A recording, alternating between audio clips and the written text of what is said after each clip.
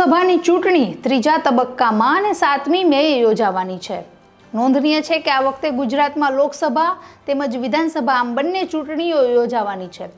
ત્યારે આ વખત સીટોનું રાજકીય સમીકરણ કેવી રીતે રહેશે, કેટલી બેઠકો ઉપર કેટલા ઉમેદવારો છે તેના પર એક નજર કરવી છે।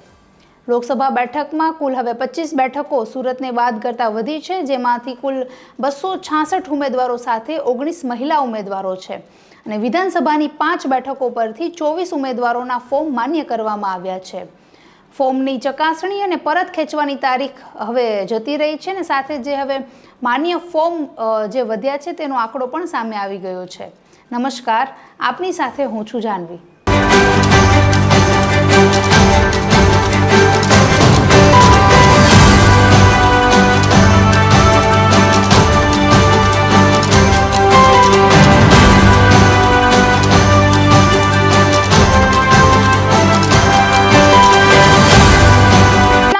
નિર્વાચન અધિકારીની કચેરીના જણાવ્યા અનુસાર ગુજરાતની 26 લોકસભા બેઠકો માટે કુલ 433 ઉમેદવારો મેદાનમાં હતા અને વિધાનસભાની 5 બેઠકો માટે કુલ 37 ઉમેદવારોના ફોર્મ ભરાયા હતા, પણ ચૂંટણી પંચે ફોર્મની ચકાસણી કર્યા બાદ 105 ફોર્મ રિજેક્ટ કર્યા હતા। હવે ફાઇનલ જે આંકડો આવ્યો છે એ લોકસભાની બેઠકો માટે 328 અને વિધાનસભાની બેઠકો માટે 27 ઉમેદવારો મેદાનમાં ટક્યા છે। આ લોકો વચ્ચે હવે લોકસભા 2024ની ચૂંટણી અને વિધાનસભાની ચૂંટણીમાં ટક્કરનો જંગ જે છે એ જામવાનો છે।